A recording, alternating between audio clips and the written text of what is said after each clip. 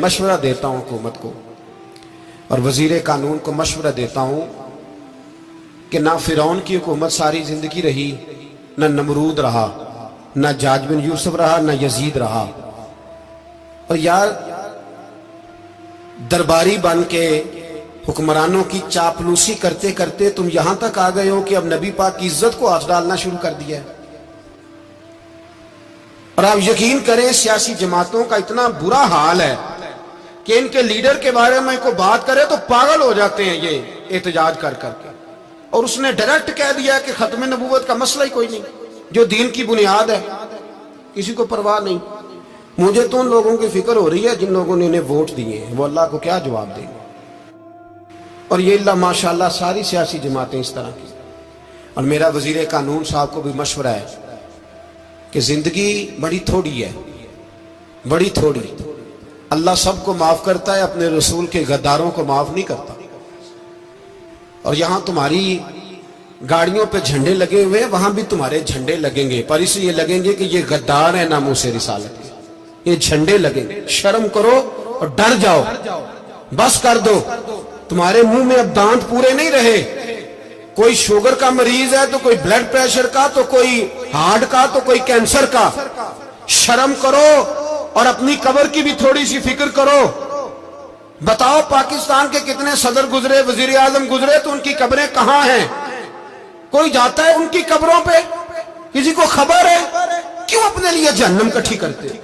सारा कुछ दुनियादारी रह गई है, सारा कुछ सिर्फ यही रह गया। हजरत अबू बकर सरदार थे, हजरत उमर सरदार थे कबीले, हजरत उस्मान सरदार थे। उन्होंने सरदारियों को ठोकर मार के रसूलुल्लाह के कदमों में बैठना पसंद किया। सरदारियां छोड़ के गुलाम बन गए। तुम सरदारियां बचाने के लिए रसूलुल्लाह की गद्दारी करते हो, शर्म नहीं आती? और काम शिकवा है मुझे इन लोगों से जो मौलवी तो कह देते हैं तू सियासत न कर, और किसी सियासतदान को मना नहीं करते कि जब तुझे सूरत फातिहा भी नहीं आती तो तुझे किसने इजाजत दी है इतनी बड़ी बात। और मैंने पिछले से पिछले जुम्मे भी कहा था, फिर कहता हूं और ऑन दी रिकॉर्ड कहता हूं, मरज़ई कल भी काफिर थे, आज भी काफिर और कयामत तक।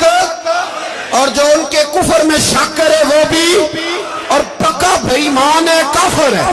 वो वजीर कानून हो या सुबाई हो या विफाकी हो, मन शक्का फी कुफर ही फकत कफर। जो मरज़ई के कुफर में शक करे वो भी काफिर है। हमारे रसूल आखिरी रसूल है। हम किसी को ये इजाजत नहीं देंगे कि वो खत्म नबूवत में रखड़ा डालने की कोशिश करे। हम किसी को ये इजाजत है। और तुमने कौम को लूटा, लूटते रहो, अब ईमान पे डाके तो ना डालो। तुम्हें दौलत लूट के पेट नहीं भरा, अब ईमान लूटना शुरू कर लिया। तुम्हारा फैक्ट्रियां लूटकर, कौमी खजाना लूटकर पेट नहीं भरा। बेईमानो, अब दीन बेचकर अपनी हुकूमतें पक्की करोगे। और वो लोग भी तैयार हो जाएं जो इन बेईमानों को मुंतखब करते हैं, उनसे भी सवाल करेगा खत्म नबूवत का मौजू कयामत के दिन कि तुम बताओ। इनको सपोर्ट करते थे जो रसूलुल्लाह सल्लल्लाहु अलैहि वसल्लम के बाद भी किसी नबी को नबी मानना दुरुस्त जानते थे। शर्म आनी चाहिए, ख्याल होना चाहिए। और मैंने कहा कि हमारा दिल नहीं चाहता, आप यकीन करें, हमें शौक है जुलूस निकालने का, तुम्हारे खिलाफ बातें करने का। तुमने रोज थर्मामीटर निकाला होता है, चेक करते हो कि ईमान कितना है कितना नहीं है। ये पाकिस्तान अगर सूबा सिंध है तो हजरत अब्दुल्ला शाह गाजी का है, अगर बलोचिस्तान है तो हजरत बाबा अब्दुल रहमान का है, और अगर पेशावर है तो वो सूफिया का है, और अगर ये धरती पंजाब है तो ये दाता अली अजमेरी की है, ये बाबा फरीदुद्दीन की है।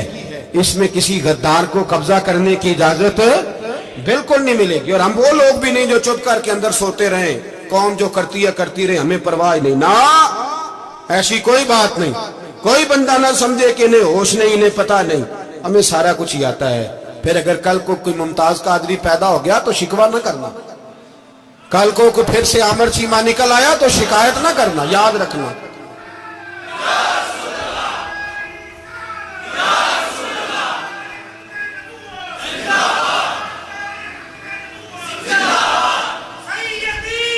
तो मेरे भाई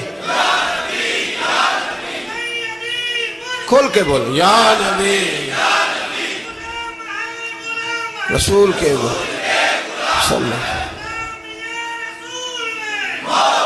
تو یہ مشورہ ہے،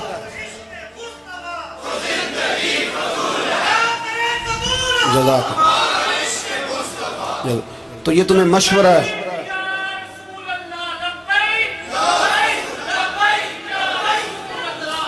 میری بات سنیں، یاد رکھیں، یہ لوگ بعد میں پچھتاتے ہیں، پھر مناظرے کراتے پھرتے ہیں، اس نے صحیح کیا کہ غلط کیا، پھر انہیں ہوش آتی ہے بعد میں، پھر ان کے ہواری نکل نکل کے میدانوں میں دلیلیں دیتے ہیں۔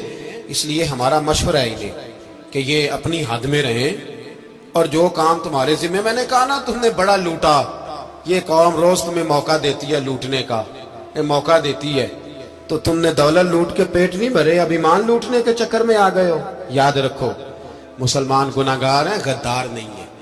تمہیں دولت لوٹنے کا تو شاید موقع مل گیا ہے، پر ایمان لوٹنے کا موقع نہیں ملے گا، تو اس لیے اس کو لگام دو۔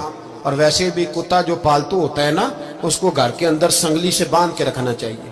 یہ تمہارے بوٹ چاٹتے ہیں، بھونکتے ہیں، تمہارے حق میں وزارتیں لیتے ہیں، ہم نے تو کوئی وزارت نہیں لی تم سے، اور نہ ہمیں شوق ہے، اس لیے کہ ممبری کیا کرنی ہے جس کو ممبر رسول عطا کر دیا جائے، اس نے کیا کرنی ہے یہ ممبریاں جس کو پکا پکا ممبر رسول دے دیا جائے، تو اس لیے اس سے باہر آؤ۔